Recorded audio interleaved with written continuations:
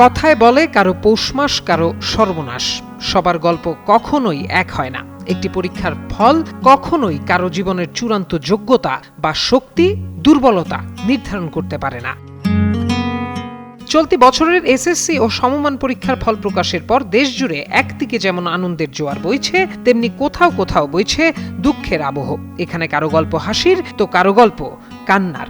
সোমবার প্রকাশিত ফল অনুযায়ী এবছর 11টি শিক্ষা বোর্ডে গড় পাশের হার 62.25%, যা গত বছরের তুলনায় অনেকটাই কম। পরীক্ষায় পাশ করেছে 11,38,877 জন, যার বিপরীতে অকৃতকার্য হয়েছে 6,90,608 জন।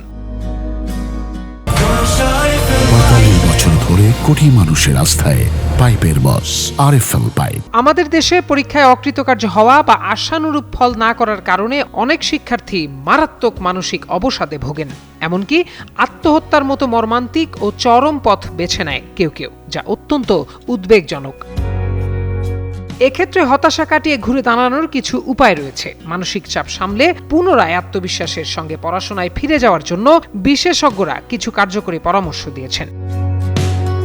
এর মধ্যে প্রথম হলো নিজের আবেগকে জোর করে চেপে না রেখে তা প্রকাশ করার জন্য নিজেকে কিছুটা সময় দেয়া। এরপর আসে ভুল থেকে শিক্ষা নেয়ার ব্যাপারটি। আগের ফল এড়িয়ে না গিয়ে নিজের ভুলগুলো মূল্যায়ন করতে হবে, দুর্বলতাগুলো চিহ্নিত করে তা নিয়ে কাজ করতে হবে। কোনো একটি বিষয়ে আমি খারাপ এই কথাটি মেনে না নিয়ে ঠিক কোন জায়গায় সমস্যা হচ্ছে তা খুঁজে বের করে সমাধান করতে হবে। এছাড়া সব চাপ একা নেওয়ার প্রয়োজন নেই।